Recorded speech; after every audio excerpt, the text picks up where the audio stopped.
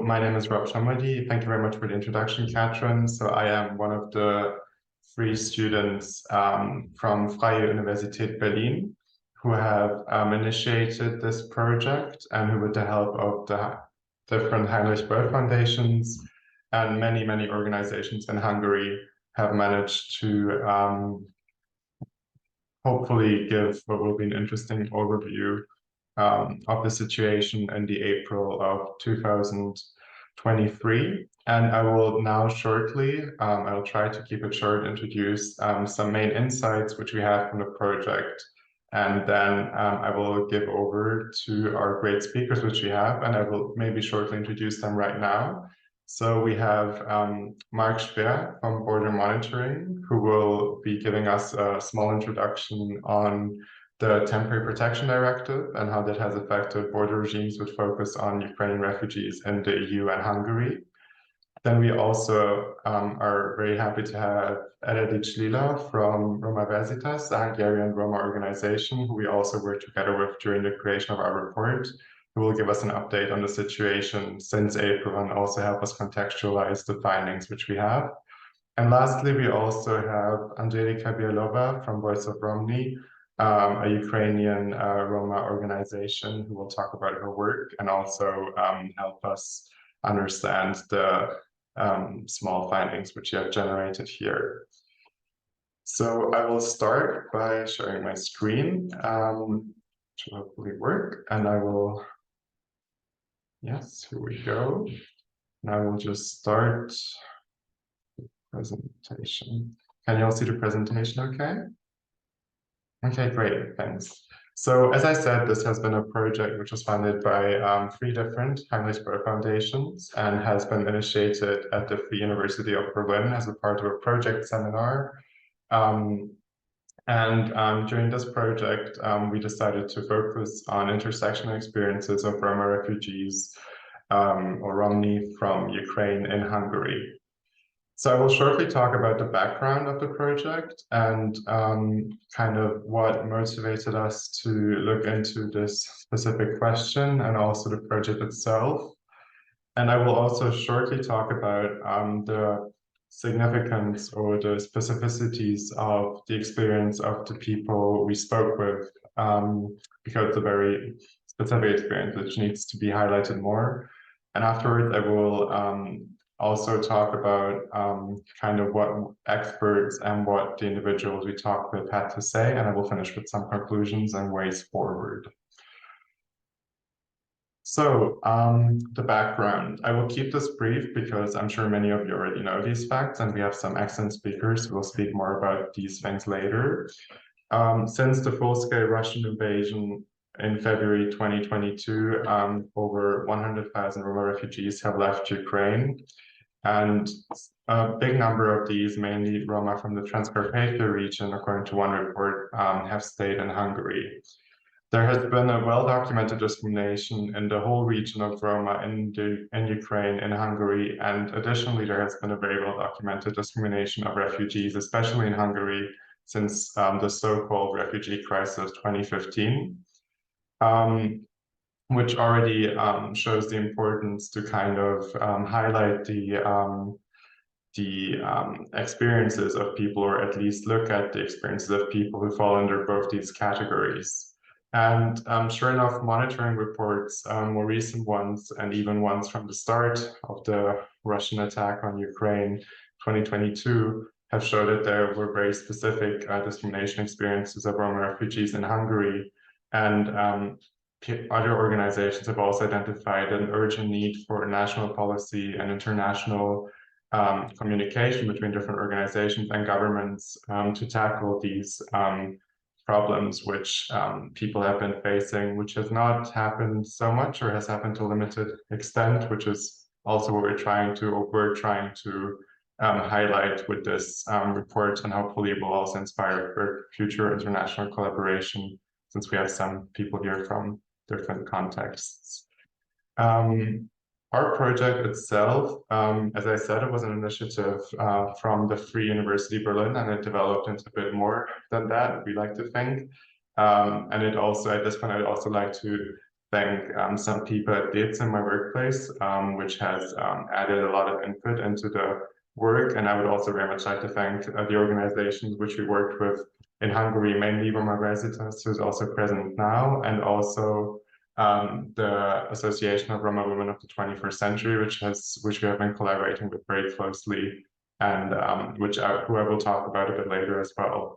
So essentially, our project or our intention was to kind of get a snapshot with obviously a very limited resources and time of the situation in the east of Hungary in Szabolcs-Szatmár-Bereg and in Budapest in the April of 2023. And for this, we traveled there, and before and after as well, some online, some in person there, we conducted interviews with Hungarian civil society actors who we were hoping would help us navigate the situation, and whose voices we also hope to amplify with this report, with this project, because they have been working with refugees, and specifically Roma refugees, from the beginning of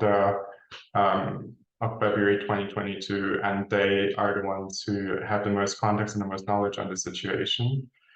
And then we also did 4 narrative interviews with Roma refugee women who were staying in the east of Hungary in Szabolcs-Szatmár-Bereg, and we tried to capture or have them tell us their story in their own way as much as they could, as much as they wanted to, because we wanted to understand what they were going through and also highlight their experiences for others to learn from and for others to empathize with.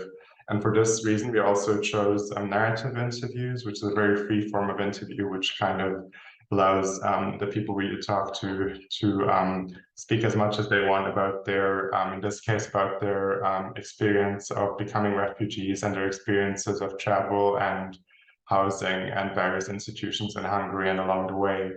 Because we really did believe that these people were also experts in their own experience, and we really wanted to make them tell their stories and understand what they were going through their lens.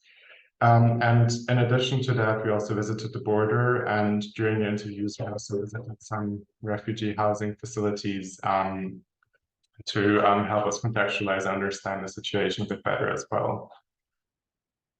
So again, talking about the intersectional experience or the specific experience of this group, it has been shown by a lot of monitoring reports that Roma refugees have been experiencing discrimination in the most recent year in Hungary and along border crossings, and there have been various monitoring reports highlighting these kinds of discriminations and showing that there is need for further research and further community-based research as well, again, to highlight the experiences of the people involved or experiencing these discriminations. Hungary has a very well documented, I've touched upon this before, the campaign against asylum seekers or against any kind of refugees. Since 2015, the government has been making a very big effort to stoke anti-immigration or anti, as they call it, migrant sentiments in the country through big public and so-called public information campaigns, through pushing narratives in the press and minimizing other voices. And also they have been conducting a very active campaign against civil society and NGOs trying to help refugees fleeing since 2014-15. Who have been trying to gain access to Hungary, and they restricted their work very heavily, and also they have been criminalizing some people helping in the border region. So the situation that happened in February 2022 was slightly different, which Max Schwer, I think, will elaborate on a bit later. But given these anti-immigrant sentiments and years of campaigning and fighting civil society and NGOs who work with refugees, this was a very important context to investigate. And this is combined with the fact that in the region and in Hungary as well, there have been very well documented sentiments and racism against Roma people. And there have been discriminations in well documented discriminations in various areas, such as housing, such as medicine, medical facilities, such as access to social services. And since this is a very vulnerable group, people fleeing the Ukrainian situation, the Russian attack was bound to have an effect on them as well. And one last thing, which I would like to highlight and which came up a lot during our experiences during the research as well, is the issue of dual citizenship. So due to local geopolitics, there has been a large number of people in the Transcarpathia region who has been awarded dual citizenship of Hungary and of Ukraine. And this first of all, brings a couple of very different characteristics to the situation. One of them is that many people, mostly men or Roma men, have already been to Hungary or have been engaging in labor migration, seasonal migration to Hungary to find work, which makes the context and their experiences afterwards as refugees very different, of course. But also this dual citizenship, there have been reports, and in fact we found that as well in our research, have been used to discriminate against this particular group of people, and in fact they've been used to justify and formalize informal ways of discriminating against them. I'll talk a bit more about that later. But for this, to illustrate really good timing, I saw this article yesterday in the Berlin newspaper, which says, I will translate it quickly, refugees with Ukrainian passports fresh from the printing press, institutions or police is investigating some accusations. So this is this article, which was published 2 days ago, talks about supposed refugees, Roma refugees and Roma families abusing social services in Germany.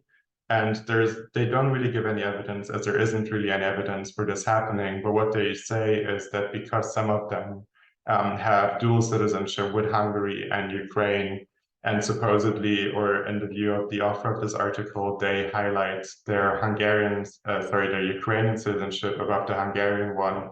They supposedly try to gain access to social services, which they should not gain access to. Again, there's very little legal evidence for this. There's very little legal basis for this, although Max Sperber will talk about this more in a bit. But this just very much shows that this kind of dual citizenship issue is an issue beyond Hungary and is used to discriminate and spread narratives of discrimination or instrumentalize to discriminate across borders, and it's also an issue which people in Germany will be faced with, or institutions in Germany working with Roma refugees from this region will be faced with. So the group we talked to, again, we were trying to highlight different experiences. We talked to women of various ages, housing situations, and care responsibilities to try to get even though we only did 4 interviews, to try to get a overall grasp on different experiences here. So expert context. So we talked with a couple of organizations whose primary focus or secondary focus was working with Roma refugees or refugee women. One of them was Roma Veritas. One of them was the Roma Parliament, who both, correct me if I'm wrong, Budapest-based organizations which have been working on issues relating to Roma discrimination, empowering the Roma community for a couple of years now, and have been starting to get involved into helping Roma refugees from Ukraine since February, given the need and their need for their expertise, because bigger and other organizations working with refugees have had less of a clue or less of an inclination to work with this group, or we're facing barriers. Then we also talked to Uncaro Lakásba, which is a Housing First initiative in Budapest, who also dedicated a specific working group to Roma people from Ukraine. And we most closely worked together with 21. Századi Roma Nők Országos Egyesülete, which is an association based in Nyíregyháza in the east of Hungary. And they've been doing a lot of very, very great community work, and they've been supporting women and their families in these difficult kind of managed to confirm different things we suspected or other reports have also said. One of them is that these organizations have had difficulties working with the Hungarian government, which is not surprising since what I mentioned about resentments the Hungarian government has towards people working with migrants. or asylum seekers. You see that the narrative is quite powerful if you read it everywhere. It infiltrates you. The government, and we've had several reports of local governments refusing to work with organizations, or bigger governmental institutions refusing to recognize the value of these organizations and the work that they do. We've had a lot of organizations, especially Housing First, talk about racism and discrimination in the access to housing. So this has been echoed in the interviews we did with women with actual refugees, and they have been saying, and as well as other experts, they've been saying that housing represents one of the biggest challenges, because it means that people do not have necessarily access to a stable home and do not necessarily have access to schooling and other facilities near there, because they are forced to move around a lot, and that makes it difficult to put children into schools, for example, or get legalized in the area they are in. And this was kind of also echoed by other experience of access to different facilities, medical services, refugee aid, and all of these were also kind of justified often by dual citizenship, to the point where people would find themselves without access to, this was one story which we had, without access to doctors, even though they've had a serious and acute medical injury, because the doctors wouldn't see them, with the justification that they're not actual refugees. So the way this works is when people in Hungary, or a lot of people we talk to, try to access services, which are medical services or any other basic social services, they were often refused because they did not have menedékkártya, a refugee pass, which would qualify them as refugees, as Ukrainian refugees, and which would give them access to these services. And on the other hand, they also did not have a social security number, which a Hungarian citizen would need to access these services.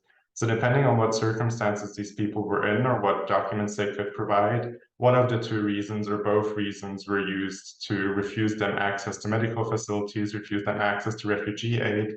We've had a lot of stories, especially at the beginning and at the border, of people trying to access refugee aid, such as food, such as clothing, such as medicine, after crossing the border, or in refugee accommodation and first reception centers, and they were being refused even though they had just crossed the border.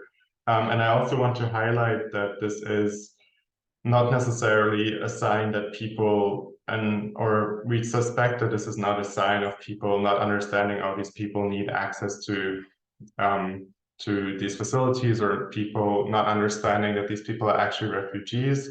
We think that it was more used as an excuse based on the experiences we've had or we've heard of, to refuse people access to these facilities.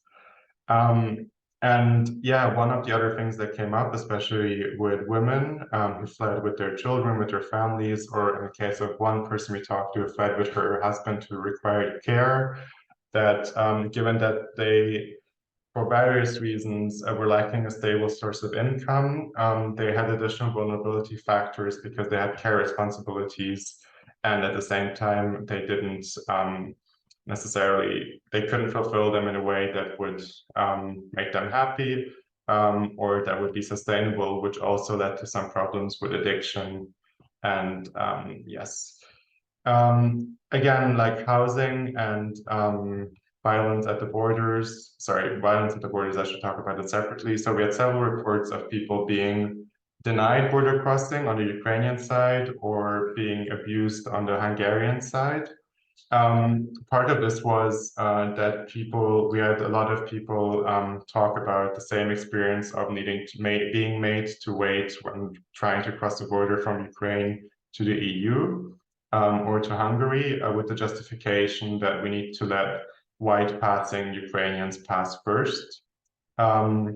These were personal experiences, but a lot of people echoed them, and some reports confirmed these as well. And the other thing that we heard of was that Romani people, or Roma people in general, experienced segregation and some verbal violence when arriving on the Hungarian side. We made an interview with a border guard who's been working the Hungarian border since February 2022, who told us about policies and about orders they got to segregate Roma from non-Roma Ukrainian people fleeing and put them. He told us about one experience where they had to put them in a very small shed and they crammed a lot of people in there, and then they brought them to a different reception facility as other Ukrainian people, which they just let pass. Again, these are very individual or very few evidence, but they are also echoed in some monitoring reports. One of the last things that our expert interviews highlighted was also that media representation of Roma refugees has been increasingly bad. There is either none or there is the spreading of narratives which are based on racism or other stereotyping, which kind of makes, again, makes the situation of people just in general more difficult. And also this affects not only people in the everyday society, but also aid workers.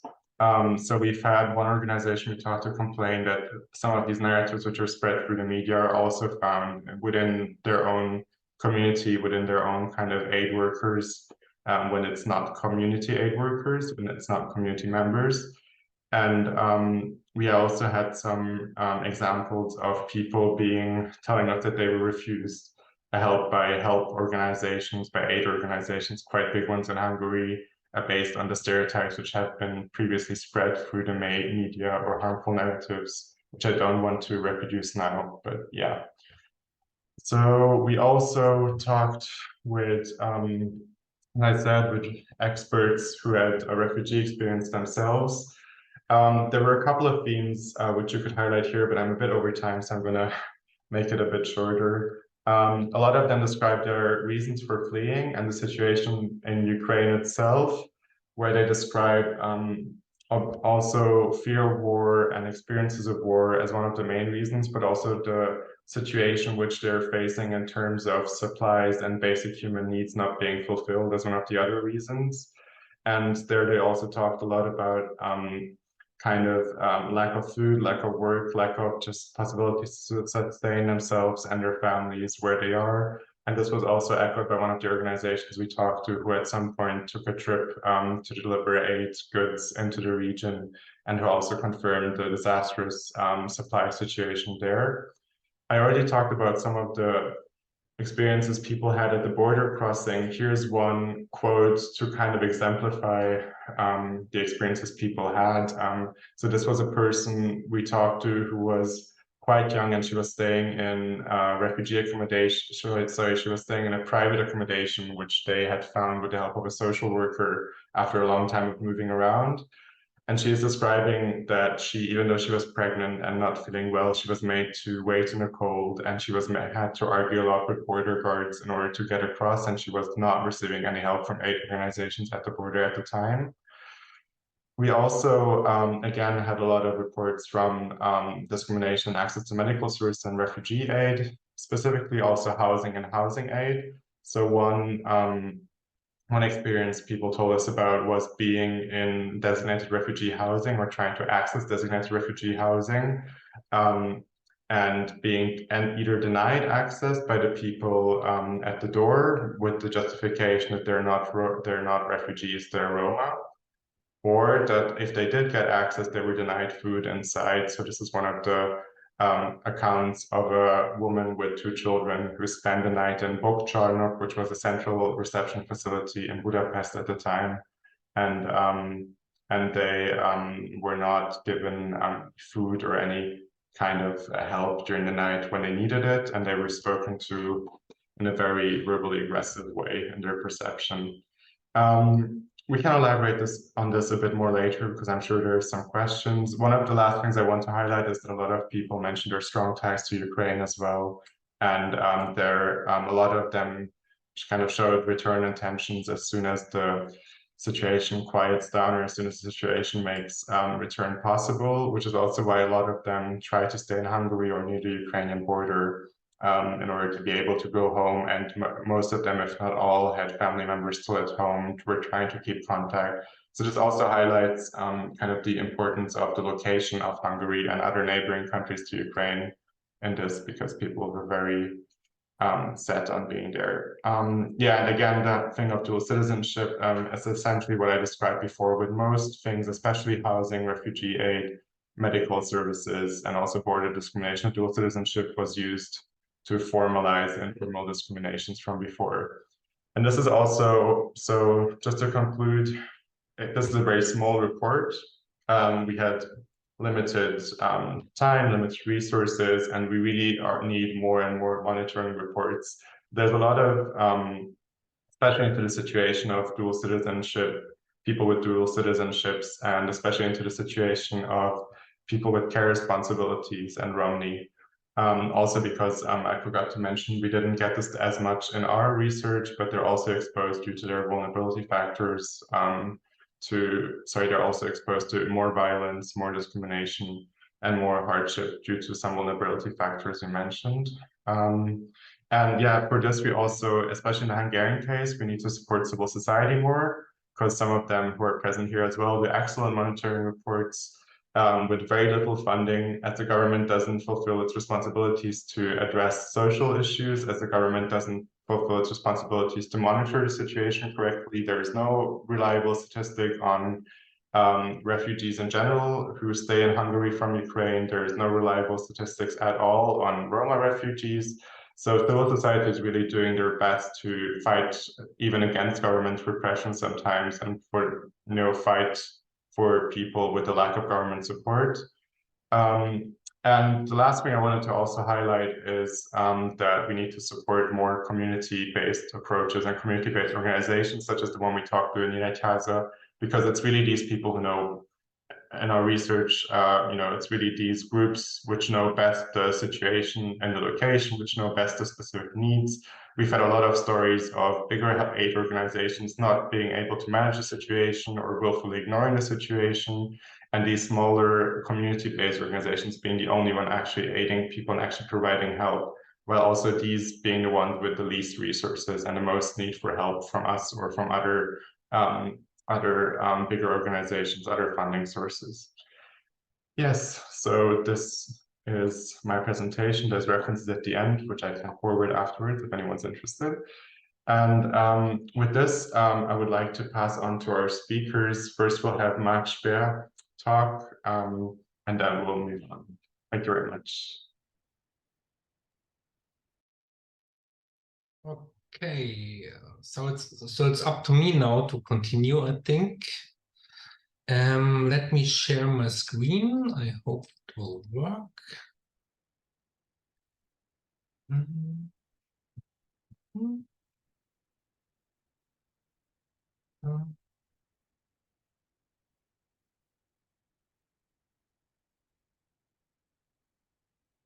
So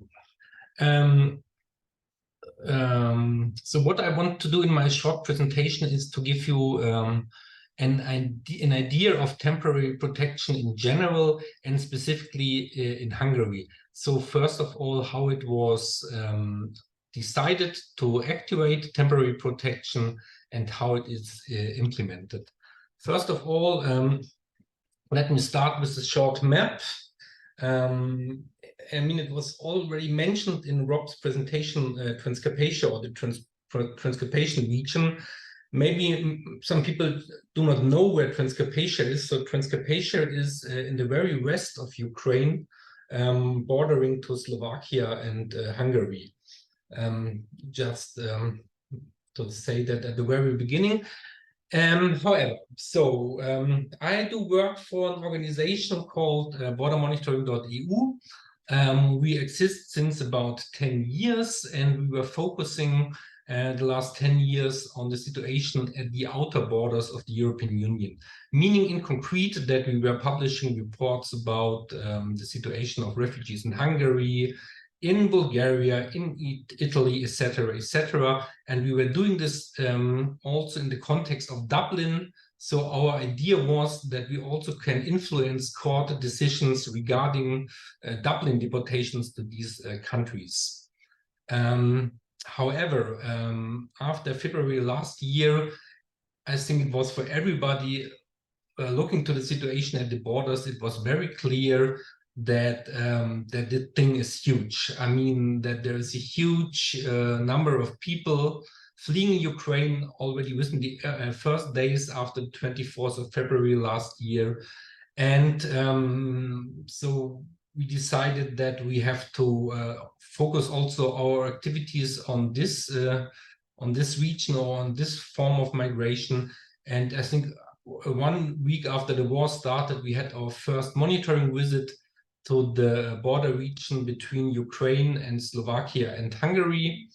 And then only a few weeks later, we started a monitoring project in cooperation with Pro Asyl, focusing on the situation of Ukrainian refugees in the countries bordering Ukraine. So specifically Poland, Slovakia, Hungary, and Romania, and Moldova as well.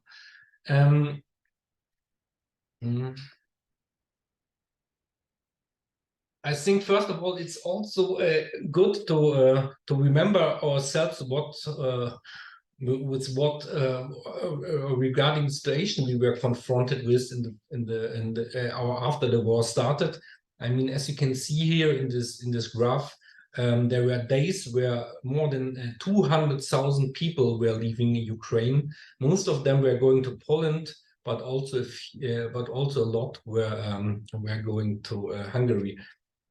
And I think this graph is also interesting because it does not only show that in the first, so that the most people, I would argue, left Ukraine in the first weeks or months after the war started. It also shows, when we compare these two graphs, that we do not only have migration from Ukraine. I mean, in the meantime, it turned out that there's also many people returning to Ukraine, which does not necessarily mean that they are returning forever. It also can mean that they want to care about some things in Ukraine, look to their property, visit some friends, and then maybe go back to Ukraine.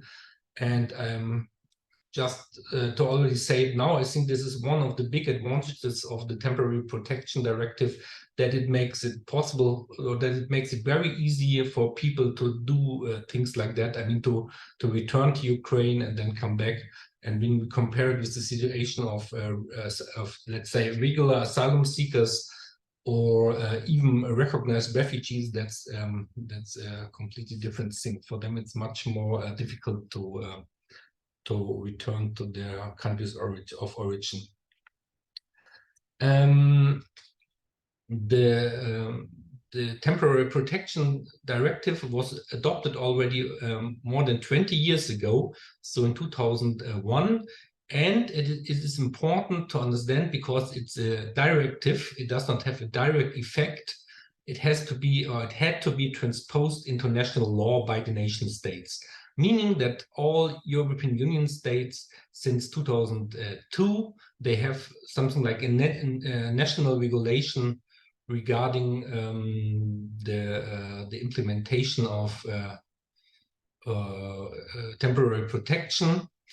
But it has to be mentioned that that it's necessary that the temporary protection is activated by the Council. It can be done by a majority on a proposal of the Commission. And in the 20 years after the TP was adopted, it never happened before. So that's the first case where the Council, in cooperation with the Commission, decided to activate the temporary protection.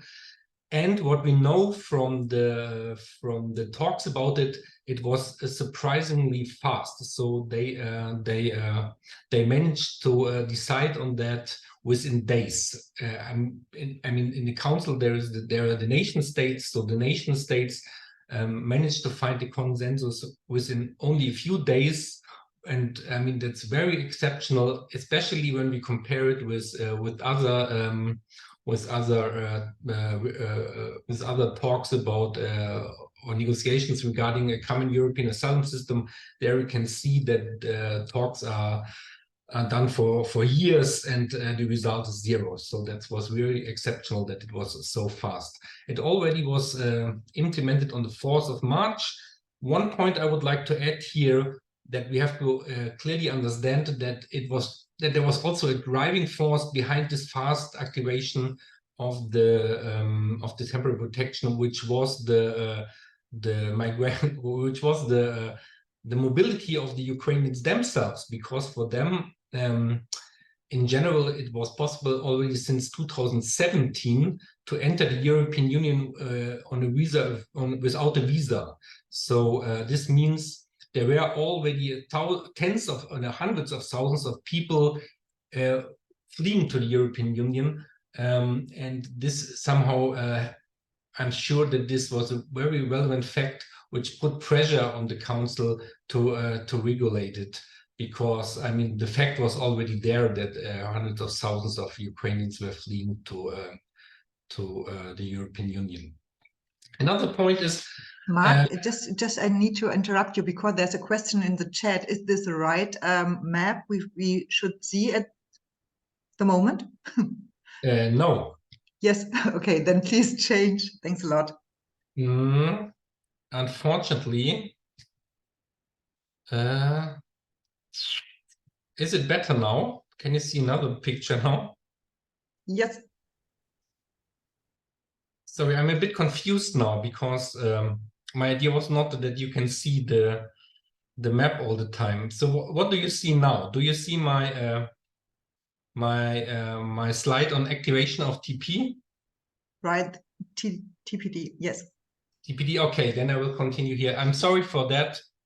I don't know, a technical problem. Okay, then I will continue here just like this. So another important point is that we have to understand that TPD does not replace the regular asylum procedure, but complements it. So it's like two parallel systems, and even Ukrainians are not forced to apply for temporary protection. If they want so, they could also apply for asylum, but to be honest, that does not make much sense. The history behind the temporary protection was, or is, that after the war in Kosovo in the end of the 90s, the European Union states realized that there might be situations where thousands of refugees are fleeing a war zone in the neighborhood of the European Union within a short time, and there has to be some mechanism which is not leading to an overburdening of the national asylum system. So the idea was to create this kind of special regime and to give the people temporary protection for a maximum of 3 years. And of course, behind there was also this a bit naive idea that that then the people the war is over after a short time, and then people will just go back. And of course, this will not be the case. Another point is that in the temporary protection directive, it is guaranteed that people who receive temporary protection must have access to housing, the labor market, social services, and medical care.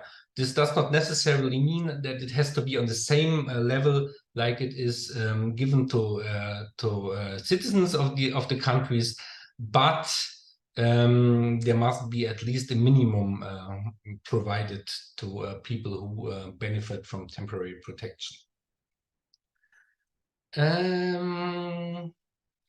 So let me shortly talk about who can benefit from temporary protection. According to the activation decision, these are different groups. So on the first or the main group, I would argue, is Ukrainian nationals who had their residence in Ukraine before the 24th of February 2022. Then refugees recognized in Ukraine and family members of these groups. And a specific case is the treatment of third country nationals who had stayed in Ukraine before the war started. And here we have to differentiate between people who had a permanent residence permit and people who had only a temporary residence permit. And it in the activation decision, it is stated that that nation states should give TP status to people who had a permanent residence permit, and only can give TP to people who had a restricted or temporary residence permit in Ukraine, plus who cannot safely and permanently return to their country of origin.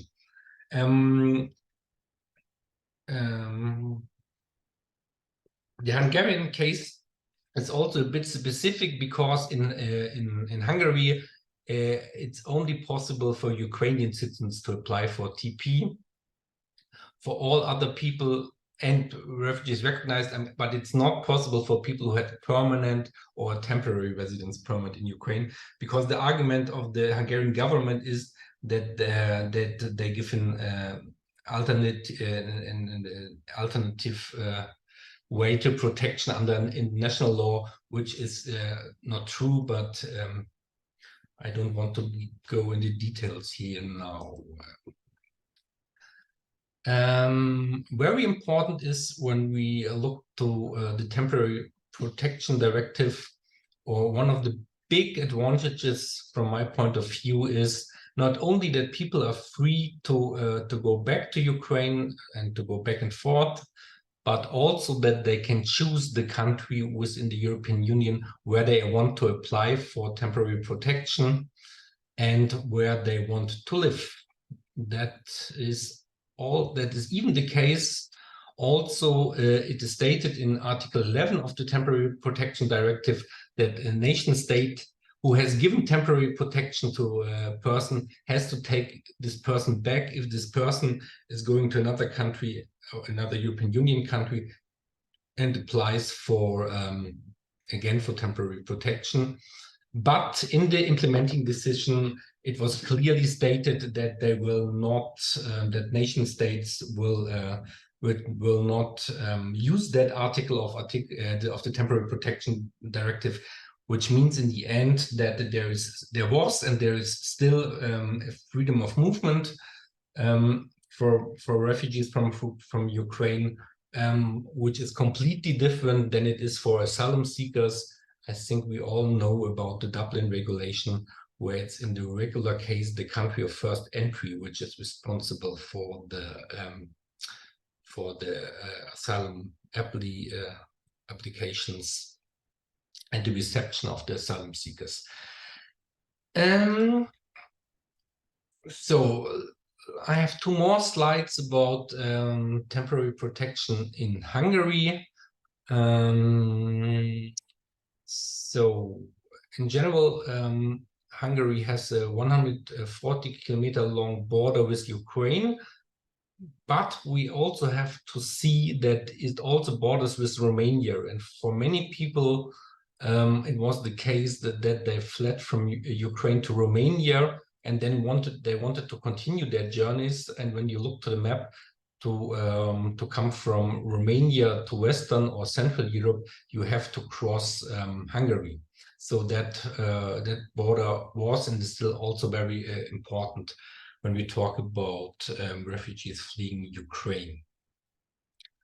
At least officially, all, even third countries nationals without any visa or Ukrainian passport were allowed to enter. And it was already mentioned by Rob, there have been cases where this was not the case, but at least the official policy was that Hungary allowed all third country nationals to enter the country. And this includes also Ukrainians without biometric passports, which, I mean, a biometric passport normally is a precondition for visa-free entry in the Schengen zone, but at least officially, the Hungarian government said that they do not care about that, and that everybody is allowed to enter Hungary.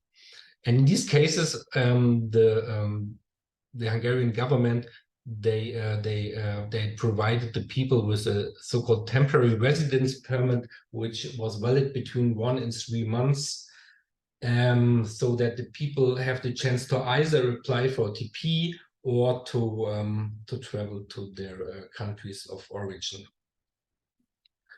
In practice, for implementing the Temporary Protection Directive, the Hungarian Asylum Authority is responsible, and as already mentioned before, only Ukrainian citizens can apply for temporary protection. Initially, it was valid for 1 year, but it was prolonged until March 2014, and just recently, and I expect it to be prolonged for another year, so until March 2025. And what will happen then? That's a big question, because according to the Temporary Protection Directive, normally a prolongation longer than 3 years is not possible. So we have to wait for that. What will happen then?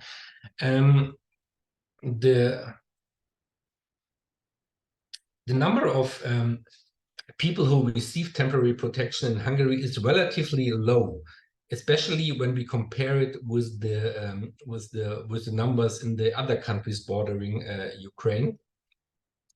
One point here is also, which has to be highlighted, is that there is also many people, it was already mentioned by Rob, that who have a dual citizenship, so who were living in Ukraine but also had a Hungarian citizenship, and for them it was not necessary to apply for temporary protection.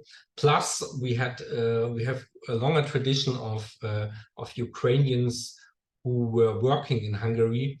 So there is still a lot of people who do not apply for TP, but apply for residence permits under the Hungarian law as workers. However, I mean, when we compare it with the other numbers, we can see that the number is relatively low in Hungary. And I think the reason for it is, on the one hand, that we have this relatively close political connection between Hungary and Putin, between Viktor Orban and Putin. And I think that is one aspect why it's not so attractive for people from Ukraine to apply for TP in Hungary. Plus, the conditions compared with the other states are not very good in Hungary. Yeah, and let me shortly talk about these conditions now. So we have about 100 reception centers nationwide, and I have to say the exact number of them is a little bit unclear. What I learned is that the Hungarian government is not really open in giving information even to NGOs where these reception centers are based and how many people are accommodated there. And one can say that the conditions in these reception centers widely differ. So sometimes you have just shelters for homeless people, or you have former schools, and definitely there's a clear tendency that people, or that Roma people from Ukraine are accommodated in shelters where the conditions are the most worst. I mean, I think this is something we can clearly say. Another point is that there was never a so-called UNHCR cash program like it was in the other states neighboring Ukraine. And these cash programs they offered at least a few hundred euros per month to Ukrainians, at least for some months. But it looks like that the Hungarian state was never really interested in cooperating with UNHCR. So there was never a program like this in Hungary.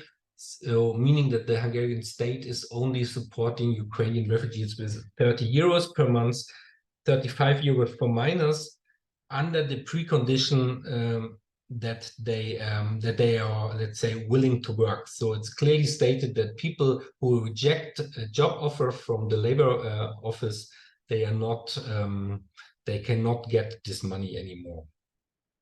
Another point is that there was never state support for private accommodation of Ukrainian refugees like it was in the other states neighboring Ukraine. So in all these other countries, there were programs for people who were accommodating people in their private flats. They got the support by the states, and this was never the case in Hungary. And I'm coming to a last point now. According to Hungarian law, kindergarten and school is mandatory for all children between the ages of 3 and 16 years, which also includes TP holders from Ukraine. But when we look to the statistics, we can see that only 5,000 Ukrainian children are enrolled in schools. And when we calculate that about half of the 30,000 people, TP holders in Ukraine and Hungary are minors, then we can clearly see that it's only a small part of the Ukrainian children who are actually enrolled in Hungarian schools, and it also looks like that especially Roma children face discrimination in this regard. So that's it from my side. Sorry for the confusion with the slides. And yeah, I think in the next presentations we will hear more about the systematic discrimination against Roma, which I was only touching in my presentation. Thank you very much. Thank you very much for that presentation and that interesting context.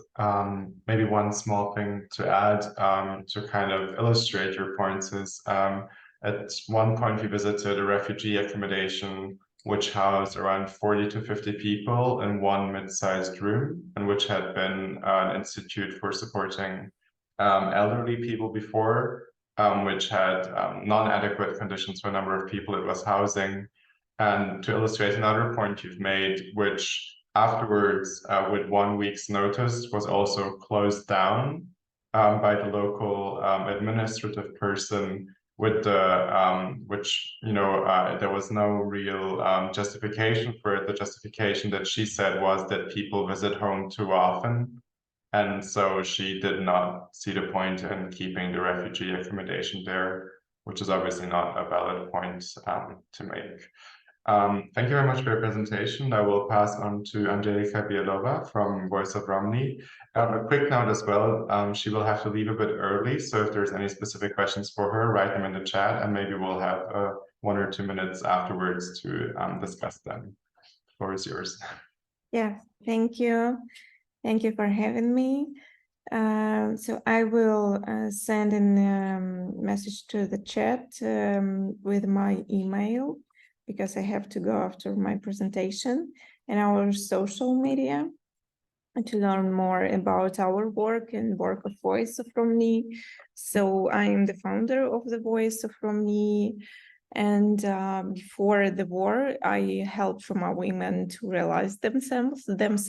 My team created a successful project that included obtaining quick specialties, bakers, confectioners, hairdressers, makeup artists, etc. And our activities in this project also was literacy, financial and computer literacy courses, leadership skill courses, SMM courses, and etc. And we also gave to our participants starter kits for quick start of practice. And for 1.5 years, we have helped 74 Roma women to obtain specialties and find employment, find a job. But after this full-scale invasion of Russia into Ukraine on February 24th, our organization is constantly engaged in providing humanitarian aid, and in 1.5 hours, we helped more than 30,000 Roma people. It is cash assistance with Mercy Corps. It is food, medicine, hygiene kits, baby food, diapers, warm blankets, wood, power banks because of the blackouts.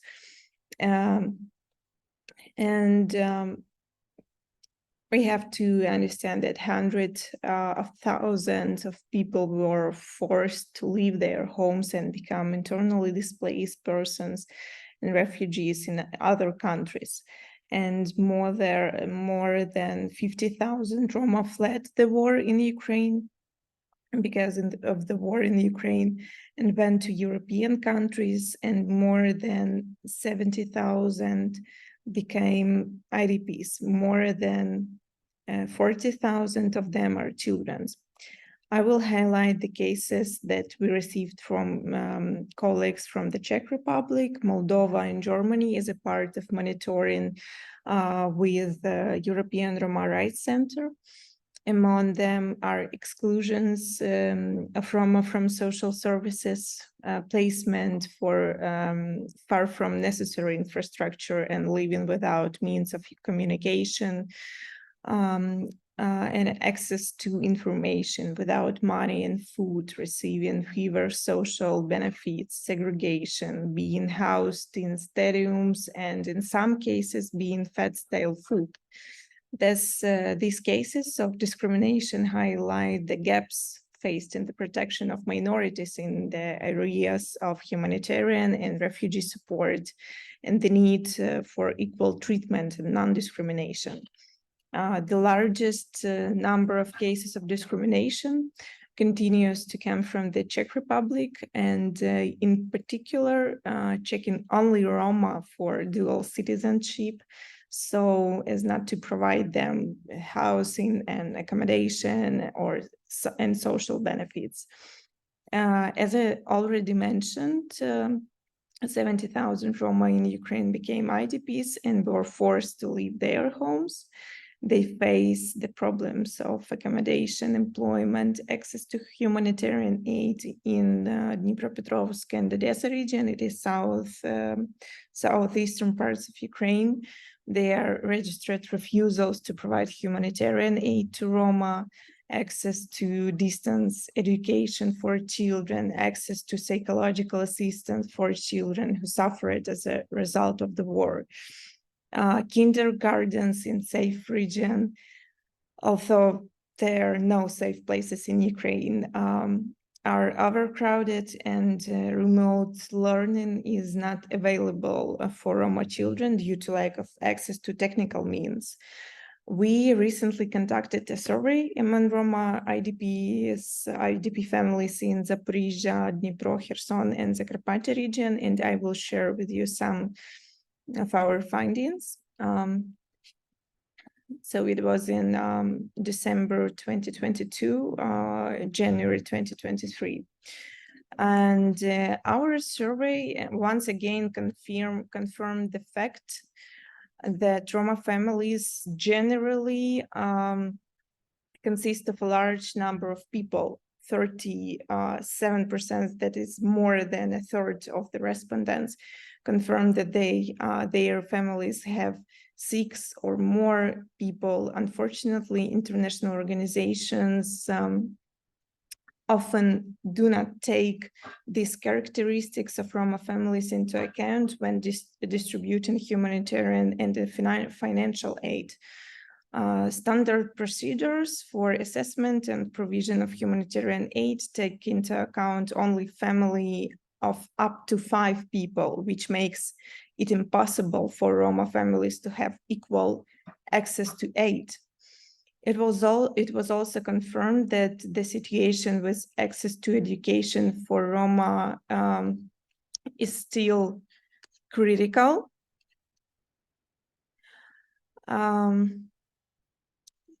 One second. More than half of the interviewed Roma have no education at all or have not finished school. The analysis of the collected information showed that there is practically no opportunity for children to be educated remotely in families, because almost 76% of respondents confirmed that they do not have the necessary technical support for this. The issue of access to employment for Roma, as well as the general level of income in Roma families, remains relevant. The survey showed that a very large percentage of Roma, it is almost 69%, do not have a job. The level of income in Roma families remains critical. From the analysis of the survey, we came to the conclusion that more than half of the respondents are below the poverty line. This is an extremely dangerous situation that requires solution at the local level, which will include the creation of special employment programs or the involvement of representatives of the Roma community as a target group is already existing programs. According to Ministry of Economy of Ukraine, at least 5 million Ukrainians have lost their jobs in the beginning of the full-scale invasion. And a positive conclusion from the analysis of the collected survey data is that more than half of the interviewed representatives of the Roma community, it is almost 55%, want to learn a new profession that will help them improve their financial situation. This is another confirmation that the country needs special programs aimed at supporting representatives of the Roma community in acquiring new jobs. According to a study by the International Organization for Migration, more than 15 million Ukrainians reported that their mental health had deteriorated since the beginning of the war.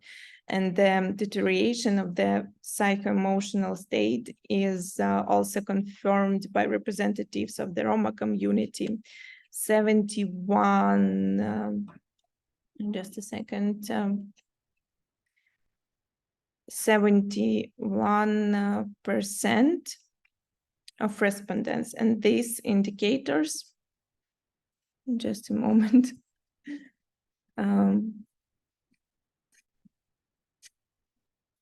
I just try to find this information about the mental health issues. Sorry for that.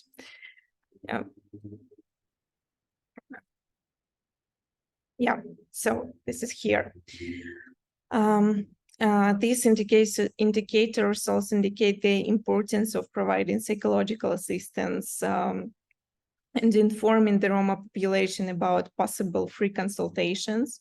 The majority of Roma who took part in the survey, it is almost 55%, say that they would like to take advantage of the opportunity of free consultations with a psychologist. And an important conclusion is that there remains a great need for humanitarian aid among the Roma population. This is due to a number of factors that were highlighted in our research. Low level of education, lack of employment opportunities, large families. Therefore, it is necessary to continue to attract funds and help from donors to provide humanitarian and financial aid to the Roma community. It is also important to highlight here our work because our spheres, the main spheres in which we are working, it is humanitarian assistance, it is cash assistance in 4 regions. We are also opened spaces for children and spaces for women. They are receiving services of psychological consultations, speech therapists, English courses, computer classes.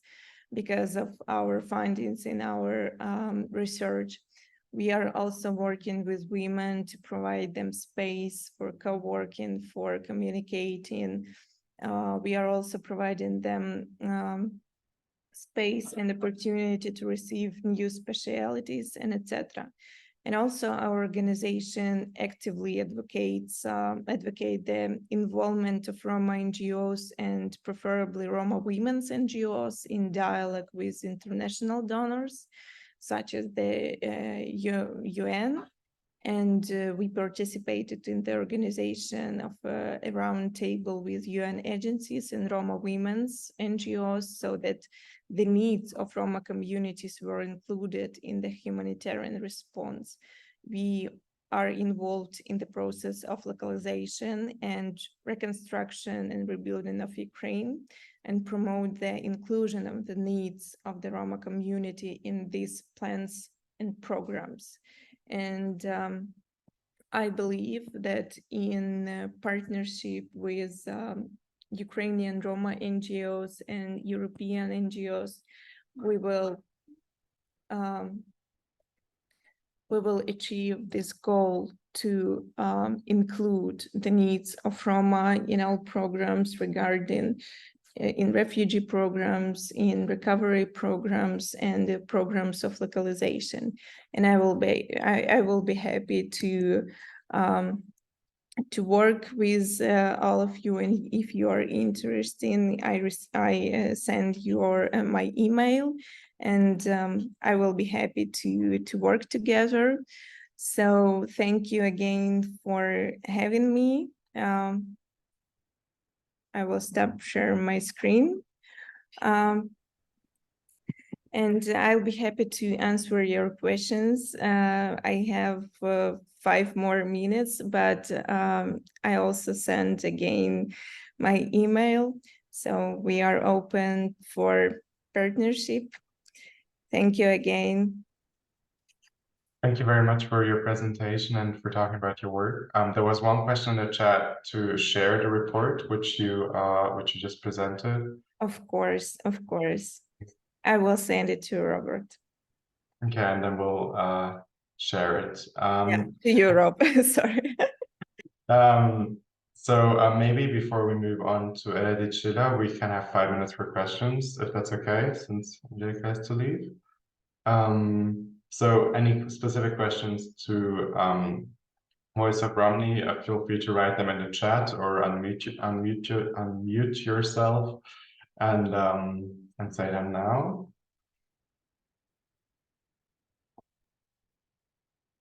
Yeah, Rob, maybe if I can have a question. Yeah, so my name is Mihai Varga. I'm the lecturer in Robert's class, yes, so where this project took shape. And I very much liked your presentation and the profile of your organization, Angelica. The question is whether there's any framework in which you meet with similar organizations. That what I found particularly interesting is the workforce training, yeah, so that you offer to women. And I'm originally from Romania. I know that there's one organization for Roma women of workforce training, reconversion. And I was wondering, because you have very similar stories, if there is a framework where you can share this kind of knowledge with similar grassroots organizations that also work in neighborhoods, not in the capital, but neighborhoods. Thank you so much. It would be great if you link us. That's great because we are also a local grassroots organization, and we became national organization, and we are working with local organization just like for 1 year, and it is a hard way, and I will be happy to contact with your colleagues, and thank you for that. Okay. So there is no sort of European-wide organization to help you with this kind of, or to intermediate this kind of contacts. Yeah. So like on workforce reconversion. No, unfortunately, we are not working currently with European organizations. We are working mostly with international donors, and they funded our projects, our social projects, but I will be happy to contact with someone. Yeah. Thank you. Thank you, Angelica. Thank you very much for that question and the answer. Hopefully there will be more of a framework which will help with this collaboration soon. Are there any other questions to Angelica now? Feel free to unmute yourself or to write them in the chat if you'd like them to be read out.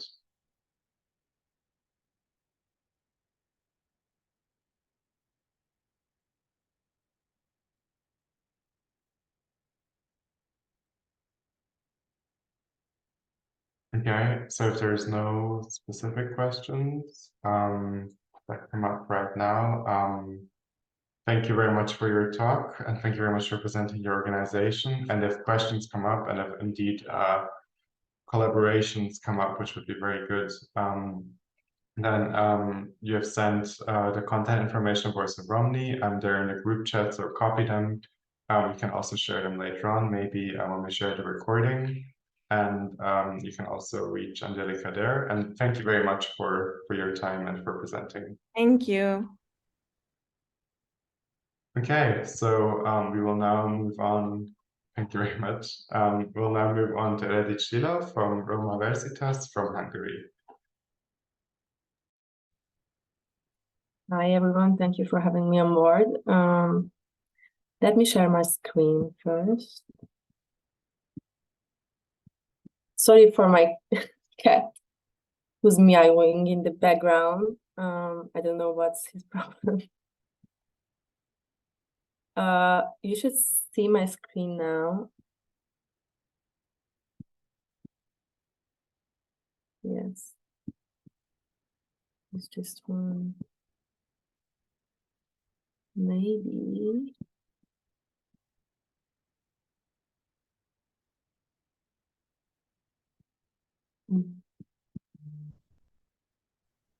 Okay. You still see my screen now, right? Okay, cool. So I will just briefly talk about what happened since April, since your research, and sorry to interrupt you. I think we still see the PowerPoint, but we don't see the slideshow. If you started one, you still cannot see it. we see the PowerPoint presentation in the just in a normal mode, but there's no slideshow or anything. Okay, maybe if okay, let me just start it all over again. Okay, I know what I'm gonna do. It's always very complicated for me.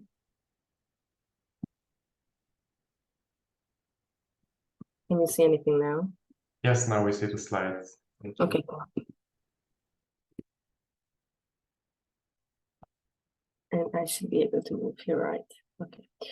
So I will briefly talk about what happened since April, since you started or you ended your research. Of course, there will be some repetition on the infos that you already briefly introduced, but it's never enough to emphasize these issues.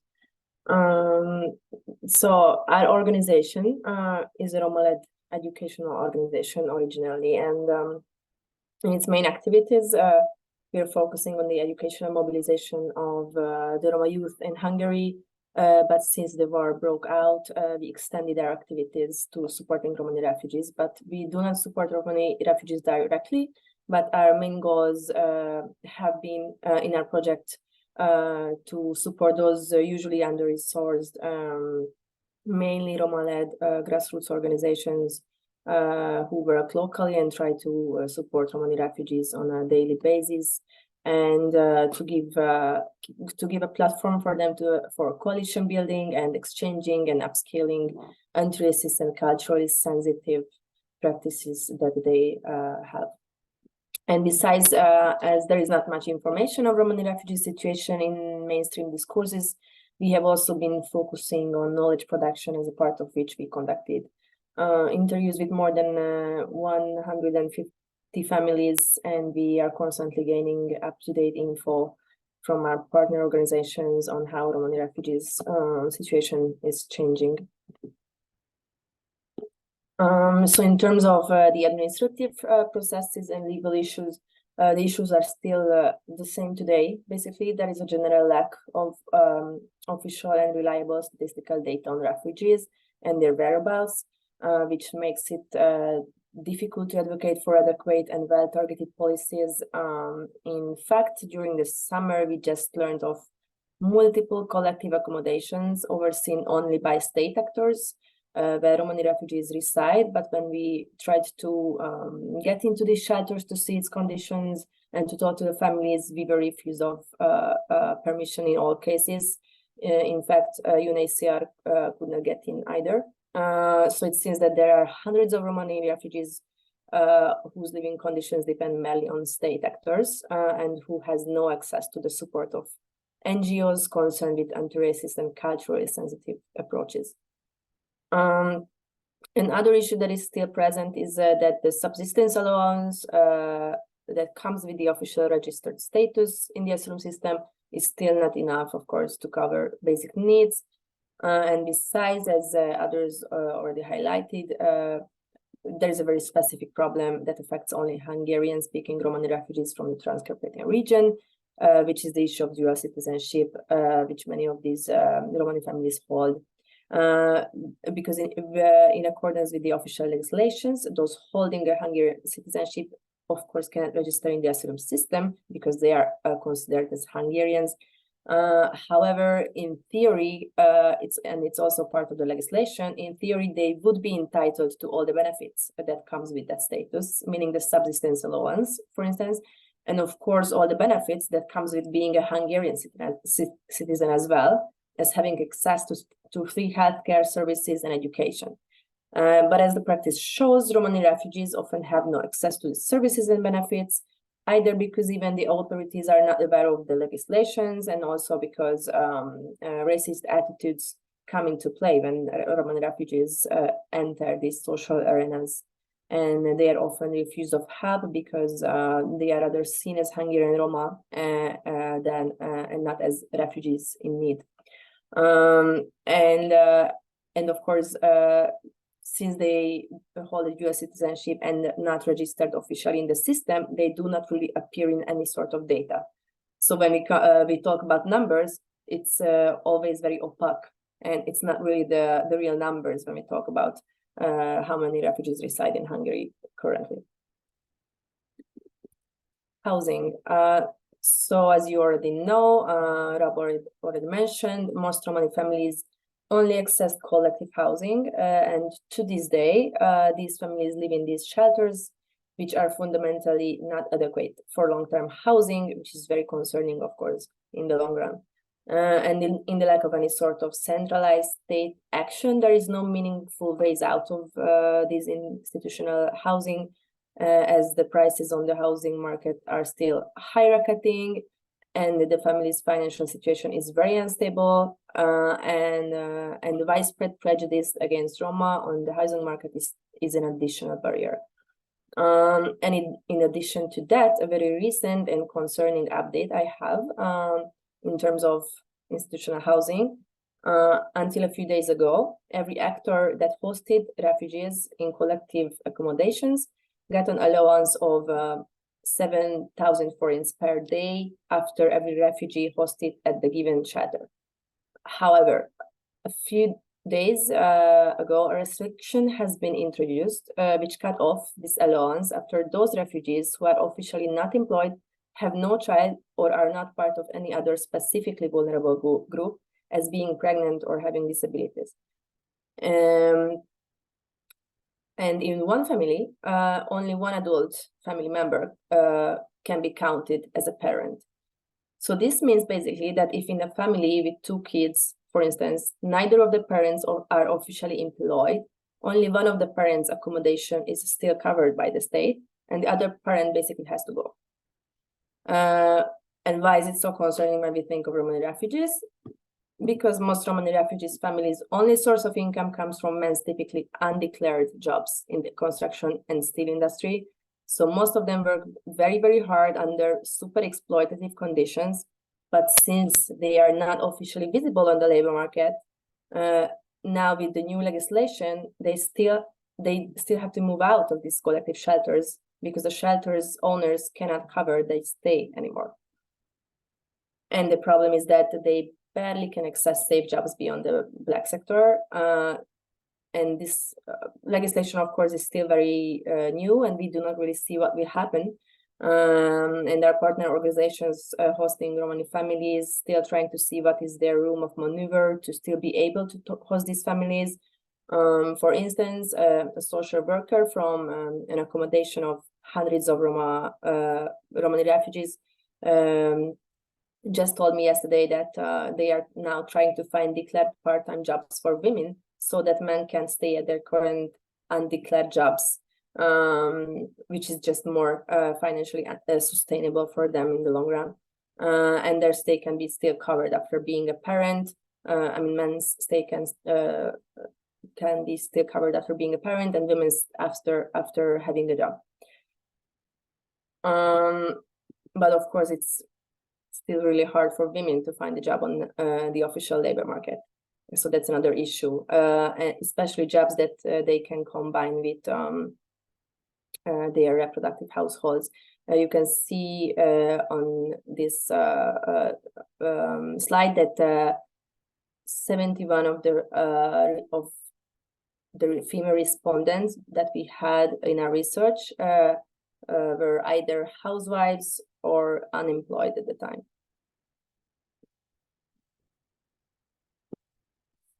So, and lastly, regarding the education, there is not really any big change since last April. We know that the official enrollment rate among Romani refugee children increased a lot since last September, which is a good thing. However, since the compulsory school age is 16 in Hungary, it is basically impossible to make the Romani refugee youth to stay in school after that age, as it makes just more sense for them to work in a very unstable financial situation that these families are in. And besides also in the lack of any centralized state policies, practices in how to address the very complex traumas and educational difficulties of Romani refugee children vary across the country. And of course, where there is more resource, there are more complex initiatives, basically, and more educational success for the Romani refugee youth. And on my last slide, you can see some of our recommendations that we've been trying to advocate for in the last 1.5 years, for more structured cooperation among actors working with refugees, supporting capacity building for underfunded NGOs, publicly available databases, and systematic monitoring of the situation of refugees, comprehensive arrangements in housing beyond crisis response and institutional housing, ensuring that both Ukrainian dual nationals and asylum-seeking refugees have equal access to the support they are entitled to, complex expert involvement, anti-racist trauma initiatives, and addressing labor market marginalization in a meaningful way with labor market programs. Thank you for your attention. Yes, thank you very, very much for this very informative update and overview. Yeah, I mean, it's a bit sad. I mean, it's not unexpected, but sad to see that since we conducted our research, not much has improved, or in fact, it's becoming worse. But yeah, here we are. Thank you very much for Mark and Lila for your input, and also for Angelica, who has to leave early. So now we have around half an hour for questions.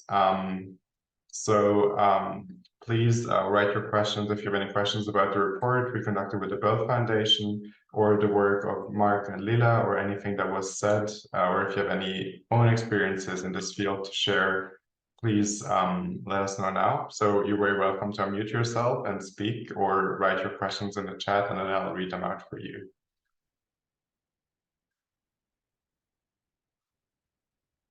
Maybe while people write their questions, or hopefully write your questions, I have one question to start with. So maybe this is to both of you, the issue of dual citizenship. So there's been some monitoring reports as well, and there's increasing evidence that this is being used. Also, I might want to add, not just in Hungary, also in Czech Republic, the interior minister last year has said that he is excluding dual citizens with Hungarian citizenship from the applying to the temporary protection directive status. And as I showed earlier in this newspaper article in Germany, it is also used to exclude people.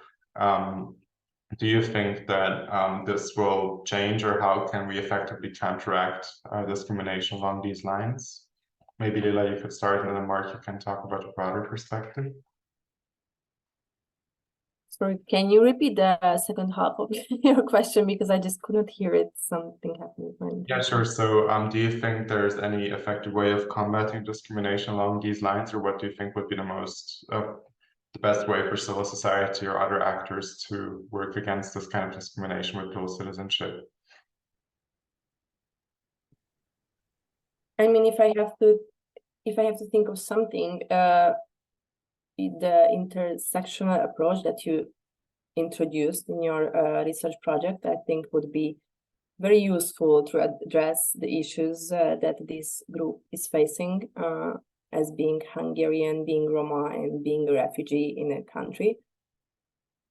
The problem rather is that anytime when we tried to actually advocate for the visibility of this group in the presence of state actors, what they communicated is that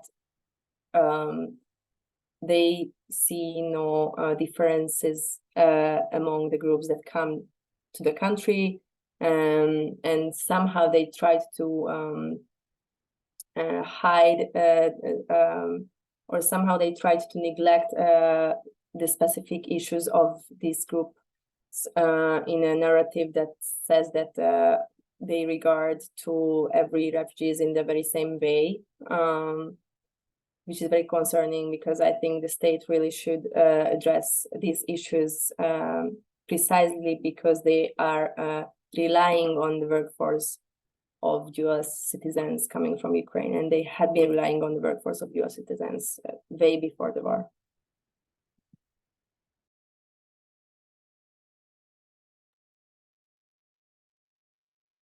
Is there something you'd like to, please? No. No. Okay. I think I cannot contribute anything here. Sorry. Okay, then we have a question from Stefan Müller. Yes, please. Yeah. Hello. Thank you very much for giving me the floor. Stefan Müller, Central Council of German Sinti and Roma. And thank you very much for these interesting presentations. I wanted to say a few words to this dual citizenship issue, because we also have this as a big problem in Germany, as already mentioned. Before that, I also wanted to point out that Firena Menza, another Romani NGO in Hungary, did also research about the situation of Roma refugees from Ukraine in Hungary, and they focused also there on the situation of Romani women. So this might be also interesting for you. It was organized and financed by Sodi International from Germany. With the dual citizenship, I have a question also to Lila, because do you know how many of the dual citizens had actual residence, so lakcímkártya, in Hungary, or they had only the passport, were registered as citizens, but never lived actually in Hungary, not even on paper? Because this could make a difference when we think about the actual situation of dual citizens. With regard to Germany, I only wanted to add that this is not a decision of some local politicians. It's the Ministry of Internal Affairs of the German government who gave out an instruction last year in September that people with dual citizens should be checked, or that people should be checked if they're dual citizens, and dual citizens have not the right to profit from the temporary protection system in Germany. This is one thing. Another thing, because I was also in Moldova with regard to the situation of Roma refugees there. And there, also in Hungary, we were trying it together also with Roma Verzitas to see if there's a possibility to have specific projects with Romani women, because we have a situation that, let's say, when we think about it, some Romani groups live still in patriarchal structures. When they're out of the country without the man, they might have even more opportunities. So there might be opportunities for training and for occupation, in particular for vocational training. There's also one thing in Germany when we think about, there are a lot of researches about the situation of Romani refugees in Germany and how great they could be integrated in the labor market, but they only look at the highly educated people. They do not look at the situation of the Roma. And we saw it from Angelica in the presentation. We have data from, Lila had the same data, Roma, other organizations who did research at the same data. The level of literacy and of education, of vocational training is extremely low. So this is one thing when we talk about the refugees, doesn't matter if it's in Hungary, Germany, or wherever else. There has to be a focus on getting these people into training and to education. and in particular women. This is the message I wanted to pass. Thanks. Thank you. Yeah, Lila, do you want to respond? Yeah, so for the first question, as the practice shows, these families only hold dual citizenship because way before the war, it just had been easier to migrate to Hungary to look for jobs and to be employed. So it's not the case that they have these cards, lakcímkártya, and they actually have a residence here. It's not really a common thing among them. And I think besides highlighting that they need training, I think we also need to highlight maybe the introduction of safe work or safe employment programs, any sort of, that could be introduced, but it's not introduced at all by the government. And I think the very specific reason why this is just not their concern is because they need this workforce. They need this workforce in the black sector because it's so very cheap.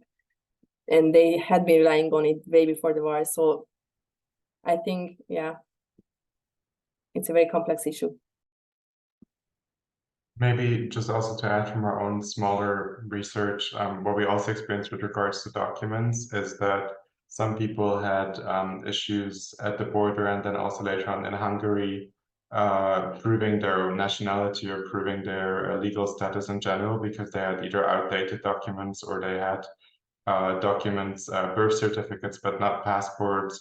This was also an issue in accessing school and education because they either didn't have the documents because they left in a hurry or because the Hungarian schools would not accept Ukrainian language documents in some places. So this has been the lack of documents and the lack of administration to help with or like to combat this lack of documents has also been a barrier for inclusion. Yes, so are there any other questions or any other messages, experiences you'd like to share? You can also put up your hand as Stefan Miller did now, which I forgot to mention before.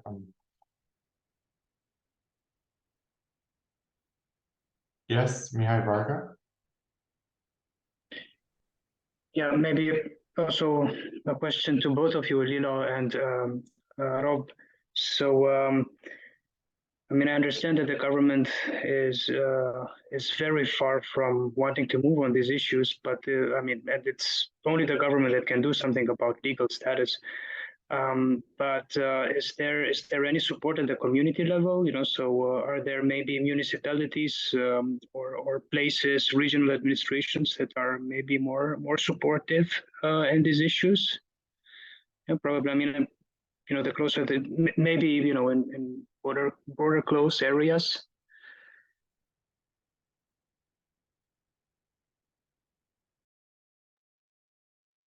I mean, the only way where the support can arise in this case is that so there is some sort of an attention or from the NGOs or from a community organization that actually accompanies Romani refugees to the authorities and any other social arenas where the issues are neglected because they hold dual citizenship. Because based on the legislations, their issues should not be neglected. So that's how the legislation has been introduced. That okay, you cannot really get the official asylum status, but you can get the benefits, right? And you can get the benefits of holding a Hungarian citizenship. But they still don't get it because the authorities just don't want to give any attention to these families. So what we see is that where there is more resource and capacity locally to support very closely these families through these very complex administrative processes of actually getting medical care, it is just they have more chance to succeed and they have more chance to live in a decent way in Hungary. Yeah, maybe to add to that as well, again, on our very limited experience, we had some cases of people saying that from a local administration or local polgármester, local mayor, they would receive some informal help, or it would very much depend on the people they would encounter, that they would help them, like maybe with housing, maybe with finding work, maybe with other things. But this seemed to be very much dependent on the local kind of administration, really the individual they encountered, and there was no institutional help in that sense. In fact, one of the organizations we worked with, the one in Nyíregyháza, also is struggling, who has been helping, especially with since February 2022, but has been doing amazing work before as well, is the community organization helping women mainly and families. They have been struggling to even find a space where they can meet, or a space where they can store donations, and they've in the place where they are and where they have been active in the community for years now, they can't even get an appointment with the local mayor or local administration, which they would need to in order to register, in order to apply for help, in order to just even have a space where they can meet and store donations and things like that. So this is I thought this was a very striking example of how local administrations really willfully neglecting to help these organizations or cooperate with them.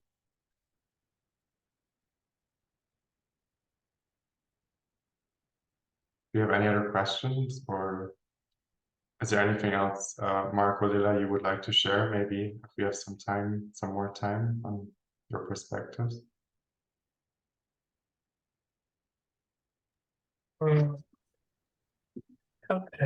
Yeah, I think I do not have to share so much regarding the specific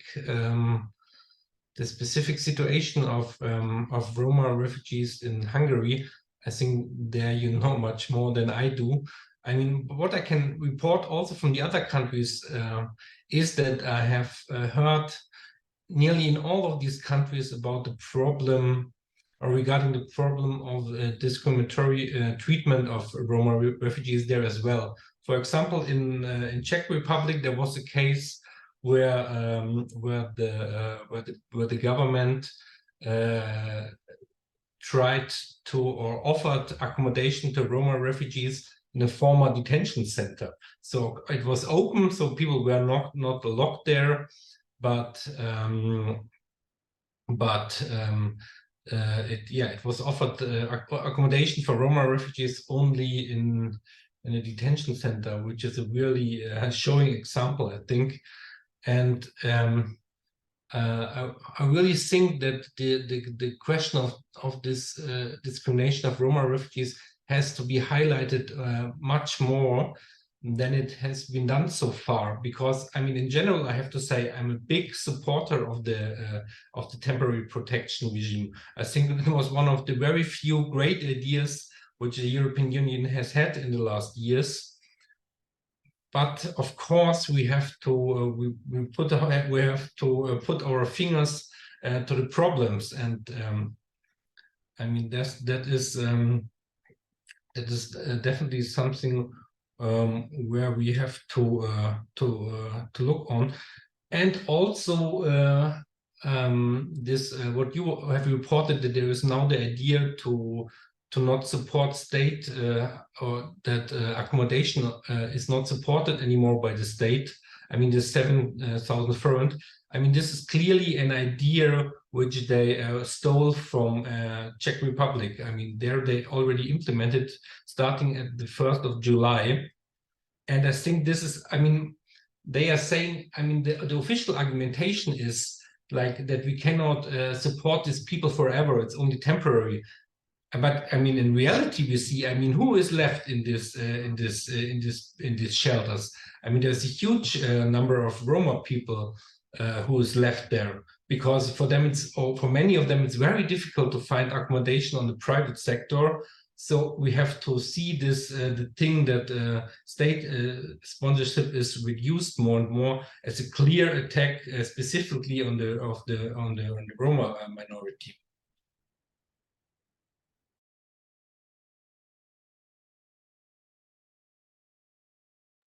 I totally agree with that. I just wanted to add before to Rob that I very much appreciate the qualitative part of your research that you conducted, narrative interviews with Romani women. I think that's a unique part of your research that should be highlighted, and I'm really looking forward to reading it.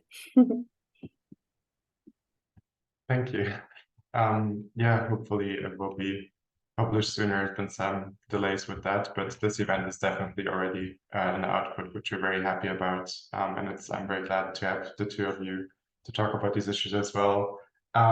Maybe also one thing to add, I was talking with a colleague or a researcher recently who is looking into integration policies and institutions with Ukrainian refugees in general, and in Germany and in some other countries. And the issue of housing has come up, especially for Roma people in these contexts, a lot in this country. So it's really not a uniquely Hungarian problem. It's really not a uniquely to one country problem, but it seems to be a general problem which needs to be addressed. Yeah, does anyone have any other questions or anything to add from the audience? And that would be a good opportunity. Oh, we have one. Yes, Ulrike Pusch. Hello, my name is Ulrike Pusch, Solidarity Service International in Berlin. I just want to get back to one of your conclusions, Rob, because you mentioned that there's the need to support self-organized community-based approaches. We are an NGO based in Berlin, and we have a focus on funding and supporting Roma self-organization. We do that for quite a while already in Balkan, in Serbia and Albania. And we also do it now in the context of the Ukrainian refugees. So in Moldova, in Hungary, soon also in Ukraine, because we also see the specific needs of Roma, and we think they can best be addressed through Roma self-organizations. So, and our focus is not only to provide humanitarian aid through this organization, but also to actually build up the capacities of this organization. So feel free to address us, but of course we also have limited capacities, I have to say, but get in touch. We actually just worked on a project with Roma Versitas, with also other Roma grassroots organization involved. I think you have mentioned two of them as well. It's the Association of Women of 21st Century and the Housing Association. I apologize for my non-existent Hungarian language. So yeah, would be nice also for us to stay in touch and address us, if you would like.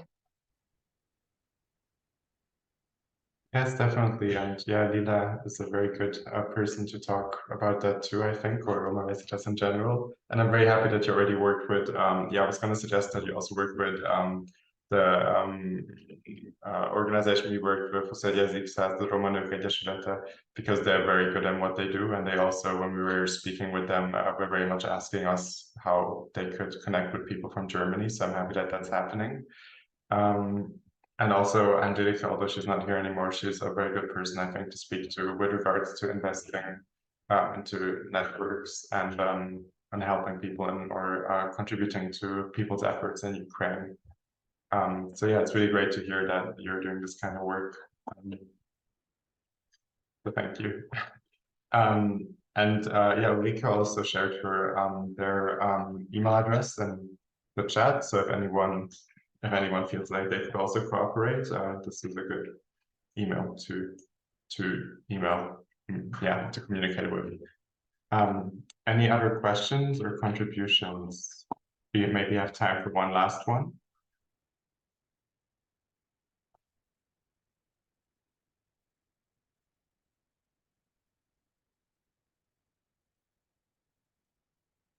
If there's no other, I can ask the last question, but there's still some people in the audience who I hope are listening, so this would be a good opportunity to ask some questions.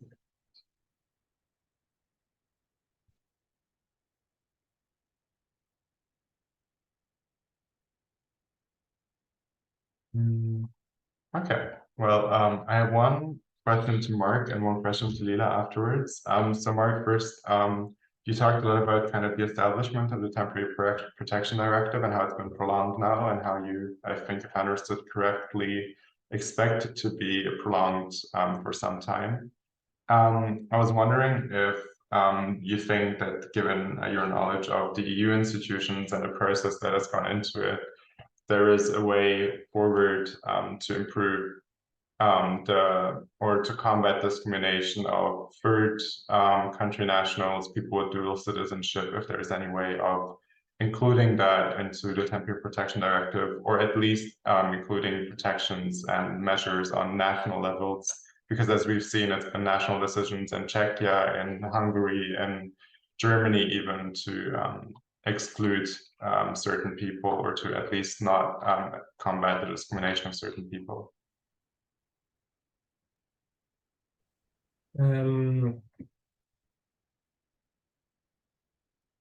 First of all, I would like to say that we have to clearly see that the treatment of third country nationals within the different European Union member states differs widely. So it's very different.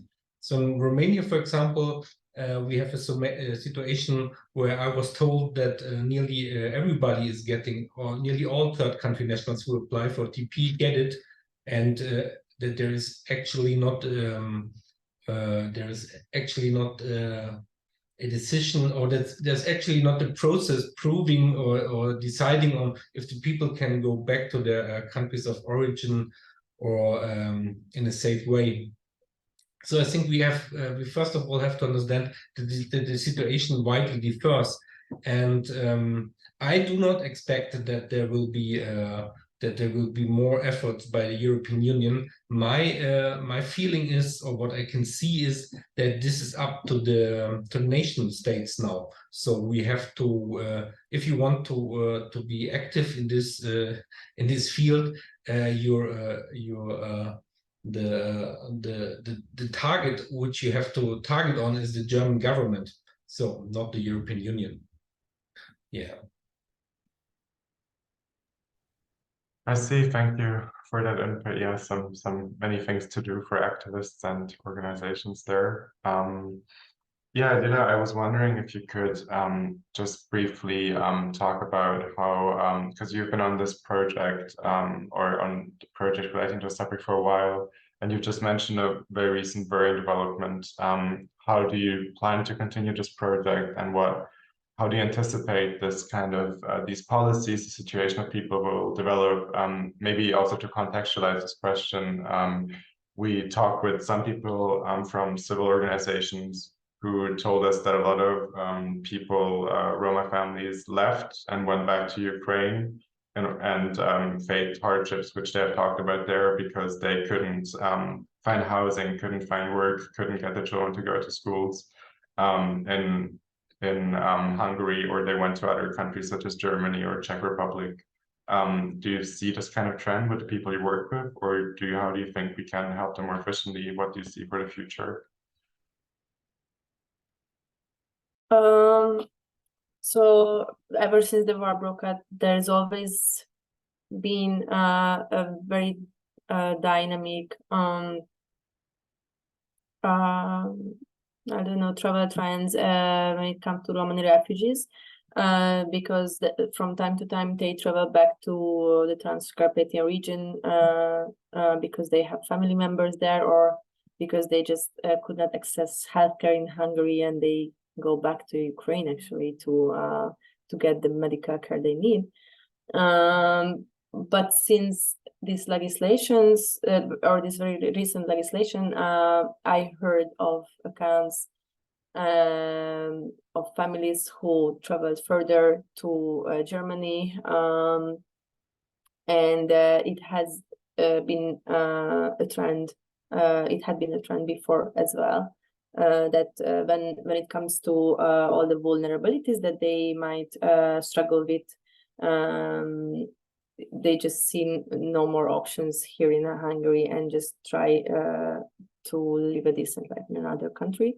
But it also it is also a trend that they come back from time to time, because it's also very, it is a struggle generally for them in other countries, European countries.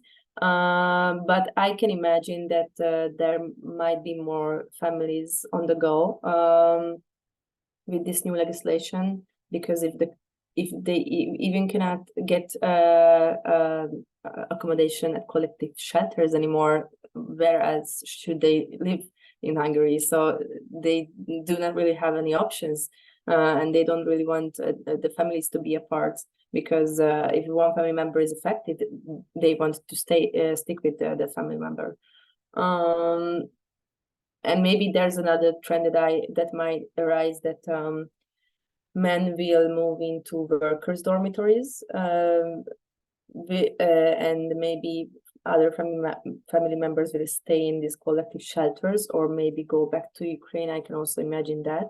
But of course, workers' dormitories conditions are also not sustainable in the long run, not adequate for housing, long-term housing. No, that's true. I mean, in fact, we also interviewed someone in a workers' dormitory. We spoke to someone, and the conditions there were not good either. There, in fact, the whole family was staying there, but the people not working had to pay for their stay with a very large amount, disproportionate amount of money. And there was also around 20-25 people in a former pub, which had some mattresses in it. So yeah, I can only echo that from my experience as well. Yeah, so thank you very much for sticking through the 2 hours for everyone. And thank you very much for the very, very interesting inputs and your time. And I really, really hope that we managed to, you guys managed to shed some light on this problem, and that you will continue your excellent work in the future. And just also to reiterate, this was recorded, and this recording will be published on, I believe, the Böll website, and will be available to rewatch, and we'll also share the contacts that have been shared with us. And feel free to email us with any questions, or email the speakers which have been here, Lila, Mark, or Angelica, with any questions. And yes, thank you very much all for attending. Thank you.